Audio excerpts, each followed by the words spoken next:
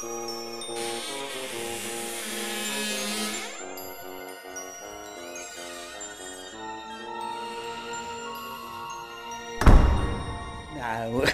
what have we here?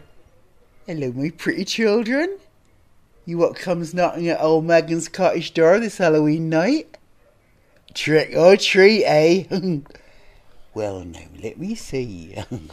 Should it be trick, or should it be treat? If I don't give you a treat, I suppose that means you're going to play a trick on me, don't it? What trick are you going to play on me, children? 'Cause I ain't got no sweets, and I ain't got no spare coins to give. Are you going to perhaps break my windows, or take the garden gate off its hinges? No? Well, I'm really pleased to hear you say that, because old Meg here is very old, and she'd have a hard time putting them all back together again. And that would be very naughty, wouldn't it? And I expect you knows what happens to naughty children, don't you? But never mind all that now, my dears. Goodness me, you've had a long walk through the forest tonight and all dressed up like that, and by yourselves. It's a cold night, so why don't you come in for a while? You must all be fair perished. I hope your folks know where you are. Oh, I see. They said only to knock on the doors of the houses that are decorated for Halloween so you'd stay safe. I suppose you saw my pumpkins hanging out to dry, and my bunches of herbs and such. Never do get round to carving your faces on 'em, pumpkins, I'm afraid.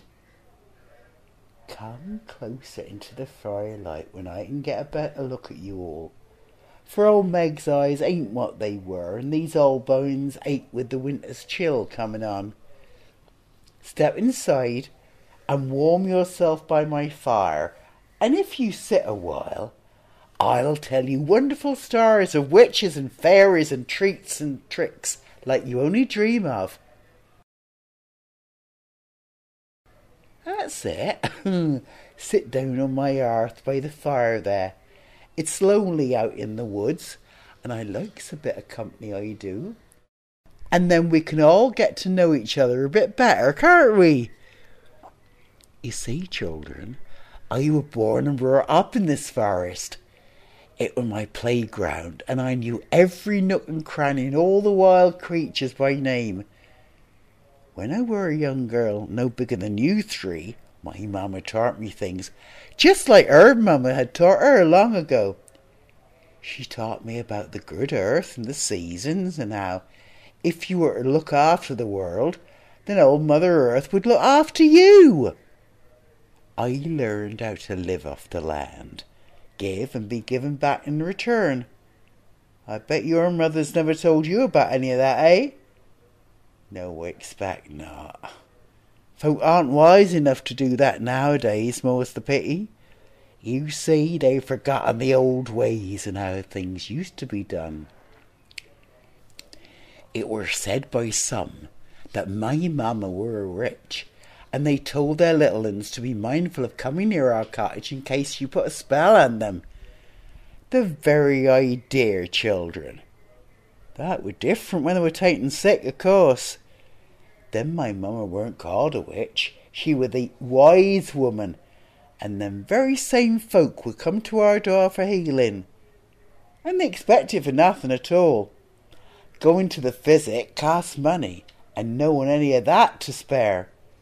So, when they had a bellyache or the ague, mamma would send me out into the forest, my little basket, to gather all the herbs she needed to make a potion. What's that? You know what a potion is, children? No. Well, it's a special sort of medicine like you get at the chemist nowadays. But it's all made from natural things. Mamma taught me how to make all different sorts of potions right here at this table, and I never forgot them. There was sweet camomile oil in thyme leaves mixed up with water for the spring, and sap from the wild weeping willow that was used to stop the ague, and feverfew made into tea for a headache. Then there were wild mushrooms to calm the nerves. but you had to be careful of those, and she always sorted them first. Folk came to our cottage for other reasons too. Sometimes they'd come for Mama's help if their lover was straying, and she would make a puppet. Oh, I can see by those puzzled looks you don't know what that is either. 'Twas a little doll made in their likeness, and with a few pins here and there, she could make sure they did as they were told and didn't go off straying again.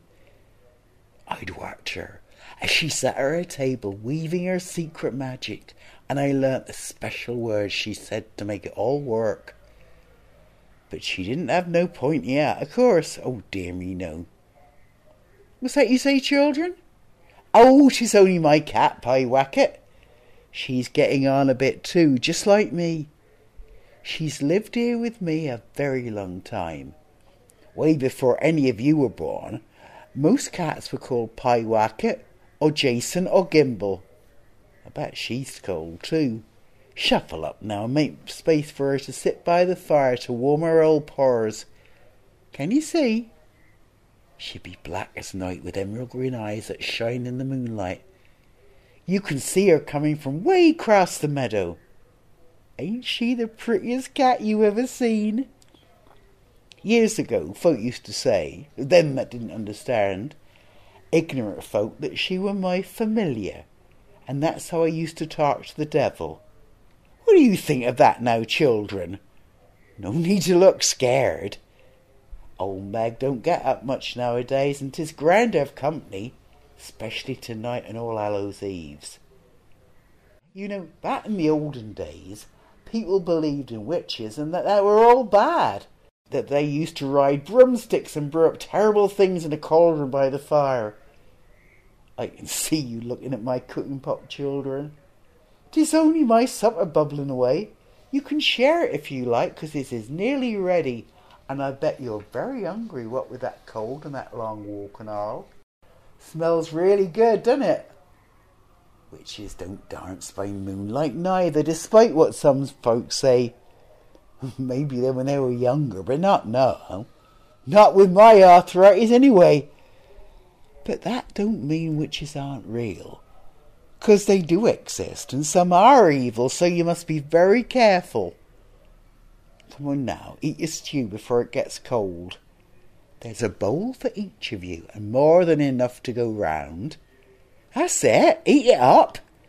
It's late, and you'll be getting sleepy, my dears, so nestle up by old Meg's fire a little while longer.